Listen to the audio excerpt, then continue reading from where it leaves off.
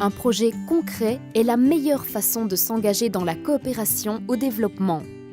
Un bel exemple est celui des 19 groupes hospitaliers belges qui se sont engagés auprès de Hôpital pour Hôpital, le réseau d'hôpitaux solidaires de Memisa. L'un d'entre eux est l'AZ Sint Maarten de Malien Duffel. Memisa heeft ons eigenlijk aangesproken om vanuit ons ziekenhuis, één ziekenhuis in Congo, te helpen voorzien aan basisgezondheidszorg. Dus geen grootse projecten, geen acute projecten, maar om ervoor te zorgen dat in dat ziekenhuis de basisgezondheidszorg zou verbeteren. Jeanne s'est engagée aux côtés de Memisa pour un voyage à Bujala, au Congo. Sa visite à l'hôpital local fut une expérience qui donne à réfléchir. We zijn er 11 dagen geweest en ik kreeg daar echt het gevoel van er is hier niets. Dus artsen en verpleegkundigen waren aanwezig, werden eigenlijk zo goed als niet betaald door de staat. Medicatie, de apotheek was zo goed als leeg. Er lag op dat moment 1 infuus, 1 liter. Dat was alles.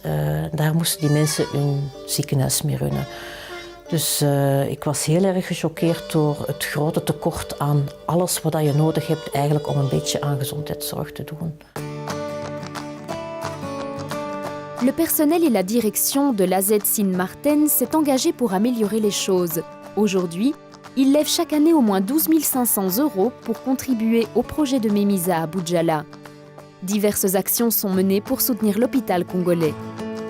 Zeker de mensen die ginder geweest zijn, zijn enorm enthousiast om hun schouders eronder te zetten. En dat heb je wel nodig in zo'n ziekenhuis. Dat er acties vanuit het comité georganiseerd worden en mensen springen dan wel op de kar om een wafel te kopen of om mee te helpen. We doen ook grotere acties. Salvo Kali, een koor, is gratis komen optreden. Bart Kanartjes is gratis komen optreden voor ons. We hebben een Music for Memisa georganiseerd, waar dus personeelsleden die muzikaal iets wensten te brengen, dit konden brengen, wat een enorm succes was. En zeker ons ziekenhuis in Bujala terug in de picture plaatste.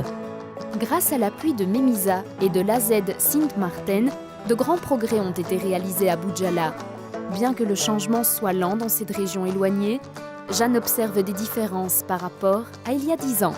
Op dat moment was er een lamentabele elektriciteit. Er was een generator die meer niet werkte dan wel. Nu zijn er zonnepanelen geplaatst, dus er is heel wat ruimtes die voorzien zijn van elektriciteit.